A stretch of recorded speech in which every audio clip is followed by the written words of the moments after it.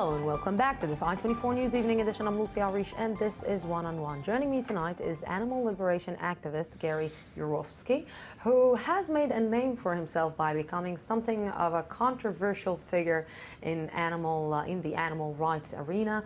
Apart from giving lectures, Mr. Yourofsky is best known for his approaches in which to get his point across, such as breaking into a fur farm in Liberation 1500 soon-to-be murdered minks. For reasons such as this, Mr. Yourofsky has been arrested numerous of times and has been banned from entering the United Kingdom and Canada. While Mr. Yourofsky means of putting an end to what he calls an animal holocaust, his message has reached millions of people all around the world and has influenced many in changing their perspective of the food industry. Good evening and thank you very much for coming to our studio. Thanks for having me. So I will start. Like we said, you affected millions and millions of people around the world. Why is it so effective here in Israel? How come that it's catching in Israel? I'm not clearly sure why, but the only thing that I can figure out is that over the years, as I've talked to tens of thousands of people, I've noticed that people who have been oppressed, Jews, Hispanics, women, blacks, they always respond better to this revolution that I'm involved in because they understand oppression. They've been through it. They know what it's like to be treated like nothing, like their lives don't matter. So that's what I think is going on here. Jews have been an oppressed people for thousands of years. We understand oppression and we're supposed to not support it. So I'm just pointing this out to everybody because people don't realize how much they're harming animals in their daily lives. So as I point out, the steak, the hamburger, the chicken sandwich that you're eating, the schnitzel, okay, these pieces of meat came off the bodies of living animals who didn't want to be murdered, who didn't want to suffer and die, who didn't want to be tormented. So once I point it out to people, most people, sane people, logical people, make that next step to veganism. You know, for the last few days or for the last few months, I see a lot of demonstrations in Tel Aviv of people demonstrating against the murder of and slaughtering animals and eating animals. And but I pass by and I look at their shoes, and they have leather shoes, and I say, okay, this is like, let's say you have two meanings here. It's like you have this: I'm not eating, but I am wearing. Are they aware? Do they know? Oh, it's by moral standards. No, I don't think they're wearing leather shoes. They appear to be leather shoes because you have synthetic leather that looks just like leather, like you have mock meat that looks just like real meat. I think most people falsely accuse animal rights people of having leather shoes, but they're not. And you'd be surprised. That, you know, you'd be surprised. New Balance, the shoe company, 50% of their shoes are vegan just by default. Even Nike, and I don't support Nike for some human rights issues, but even 50% of Nike shoes are not real leather. So a lot of people are just assuming that vegans and animal rights people are wearing leather shoes. There could be one other issue at play, though. Some people, in fact, most people weren't raised vegan, so they've gone vegan later on in life. So they might have already had leather shoes. Mm-hmm. Well, at that point, the damage has been done. What's the point of throwing them in the trash when the damage is done and you weren't aware of the atrocity that you were taking part in? So maybe people are just wearing them out. And I do advise people to do that. You can either wear out your old animal skin stuff or you can give it away. That's what I did when I went vegan. I just couldn't have animal skin on my body. It made me disgusted. It's amazing that you're saying animal skin and not leather. Well, that's what it is. See, we like to use euphemisms, which is why these atrocities take place. So we always want to say leather when it's cow skin. And we want to say, even the terms bacon. What's bacon? You mean pig flesh? So once you start thinking about what we're wearing and what we're eating, again, this is why I say sane people will make a choice towards veganism. It makes no sense, because if you, let's put it this way, I like to explain how this is the biggest Holocaust that has ever existed, and people get upset at those terms. I have to tell you that I am upset about hearing like Holocaust, comparing the Holocaust to, like every single person that heard your lectures, and to hear this Holocaust, comparing it to animals, it's a little bit, well, let me and explain. you know what, and I'm not even Jewish, but it's hurt me. Well, let me explain how this Holocaust is actually worse. I'm offended that we compare human Holocaust to the animal Holocaust, which is the biggest Holocaust in the history of humankind. If you went to the nearest cow or chicken slaughterhouse and removed the animals and replaced them with Jews, you have now recreated Auschwitz. There's no difference. You have a building that exists to dismantle, to torment, to torture, and murder innocent beings. Let's play a time warp game. Let's go back 60, 70 years. You go back to Auschwitz, or you go back to Birkenau, you remove the Jews and replace them with cows and chickens. You still have a Holocaust taking place. In fact, we learned how to kill Jews in the Nazis did because they studied what the meat industry was doing. We've learned how to torture and kill each other because we practiced on the animals first. But animals are eating animals, you know? Some animals. Hold on, 75% of animals on this planet are herbivores. But it's part of our circle of life. No, it's the circle of torture and death. When you see a lion eating a zebra, and you're. But I notice you have clothes on. And I notice that you have a cell phone and you have a computer. It is unfair to pick one thing that lions do that you want to mimic when you don't want to mimic anything else they do. When lions walk up and greet each other, they sniff each other's ass. When I came in this room, you did not kneel down and sniff my ass. Okay? Lions sometimes kill their young when they're runts. Okay? If a human being killed their baby because they didn't want him, we arrest them and charge them with murder. Could you go to a courtroom and say, hey, but Your Honor, lions kill their babies, can't I? It's their survivor. It's an unfair comparison. You're not a lion. And just so you know, lions are carnivores. Humans are not. We are herbivores, 100% up and down. You put a 2-year-old child in a crib with a bunny rabbit and an apple, let me know when the child eats the bunny rabbit and plays with the apple.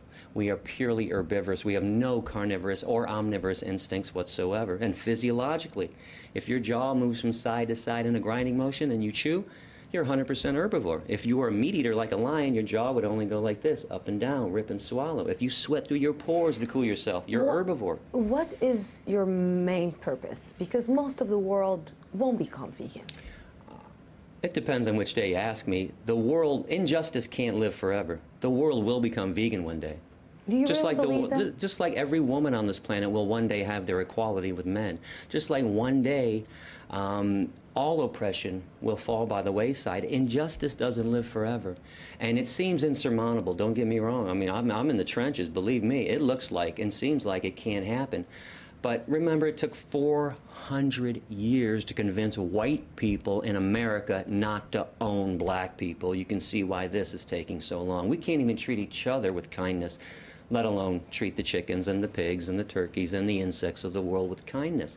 But I think we can treat each other with kindness one day once we learn how to treat the animals with kindness. You know, I'm feeling a little bit uncomfortable because I just had a steak for lunch, and and it's still I'm not convinced 100% that I should stop eating meat for the rest of my life. It's not that I'm eating meat every day, but I do love my steak on the plate once a week. So you have now 2 minutes to try to convince me eat meat once a month. I don't want to convince you to do it once a month. I want to convince you never to do it. Okay, you have to put yourself in the animal's position. Imagine that you were raped to impregnate yourself. Okay, somebody raped you to impregnate you. You gave birth to this baby. This baby was stolen from you at birth. That baby was fattened up with corn and soy and wheat and oats. That baby was put on a concentration camp truck, sent to a slaughterhouse, hung upside down, fully conscious, in front of all of her own species, screaming, terrified, in fear, knife shoved into, her throat, cut up into pieces. Where's the justification for this? And it's not your steak. You said my steak. I'm very big on language. That steak was never yours. Okay, that steak is a euphemism, by the way. That's cow flesh. That flesh belonged to another living being. Where do humans get off owning and controlling living beings? Where do we get off thinking that we're the most special thing that has ever existed on this planet, when in reality, we're the most unspecial thing that has ever existed on this planet? Are you aware that if humans were removed from the planet, the extinction of humans would benefit everything that exists? Are you also aware that if the bees died off, as we've been talking about this for about 10 years in the news, the whole system collapses? If the ants were exterminated, the whole system would collapse. This is how important and special ants and bees are to the world. Why do we think we're better than they are when they serve a vital role and we serve no vital role whatsoever? We're tormentors, we're oppressors. Where do you think it's coming from? The arrogance? Yeah. I'm not sure. I don't know what has gotten into us. Besides death and torture and murder, I think when you put violence in, you get violence out. You consume discrimination and death, you're going to, exude the same horrible things. Because some people may say the same things about you. Because some people may say that he's arrogant, he thinks that he knows better, he thinks that he's better than us, and actually we're all let's say, how can I put it? I'm the one to be charged, and you are the judge who is judging me right now. Yeah, well, there's two people in this world. There's people that judge and people that lie about judging. We judge people every day. We judge child molesters. We judge rapists. We judge Nazis. We judge murderers. And I know this is a shock to the meat, dairy, and egg eaters of the world, but vegans are more ethical than they are, hands down. And of course, just like a person that doesn't rape is more ethical than a person who does rape. A person who doesn't kill cows, pigs, chickens, and turkeys is better than a person who does kill and torment cows and pigs. Do you think that a person that is not killing birds and chicken and cows and pigs and eat meat, he cannot rape anybody? He cannot murder? No, there are no vegan rapists in the prisons of the world. You go find me a vegan rapist. I'd love to hear about a story.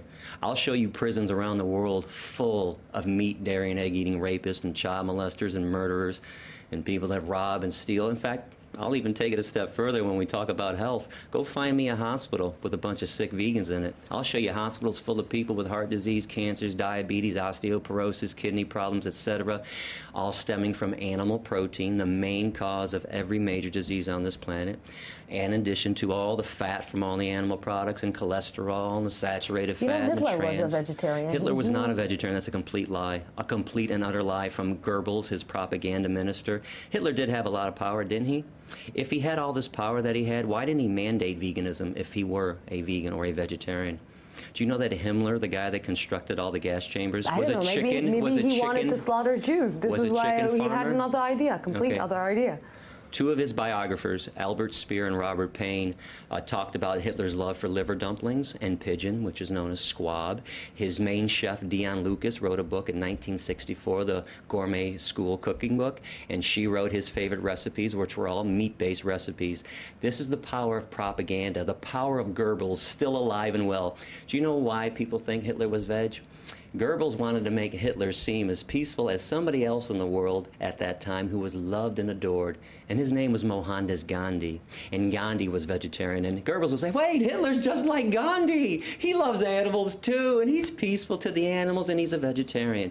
He's not. And just so you know, all the concentration camps did have animal slaughterhouses there too. And when the Allied forces came in to rescue the Jews and the Gypsies, they left the animals behind. This is why I call this the world's largest and longest running Holocaust.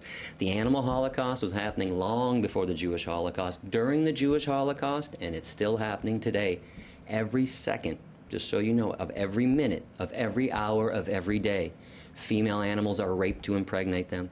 Every second, animals are being killed. Every 60 billion animals every year. Do you accept, or do you understand, or that people are calling you terrorist? Sure. What else are they going to call me?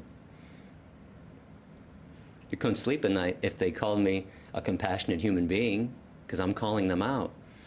And as we go back in time and look at all the other people that we adore now, collectively, we all agree, Gandhi and Dr. Martin Luther King and all these people, Rosa Parks and Cesar Chavez, do you know, they were not loved during their time. They were despised. They wanted to make change, massive change. It's only later on that a society looks back at revolutionary activists and says, oh, man, he was great. He was just trying to bring peace and justice. I'm trying to bring compassion to this world. It's amazing that I'm called a terrorist. And if I'm called a terrorist for saving animals, what do we call people that kill animals and torture animals and eat animals? One last thing before we have 20 seconds. What did you have for lunch? I had a vegan schnitzel and a vegan burger from the vegan shawarma place in town, my favorite restaurant. Vegan schnitzel, vegan shawarma, vegan schnitzel, vegan hamburger. Gary, thank you very much for coming to our studio, and thank you, our viewers, for being with us tonight. We will be back on Sunday.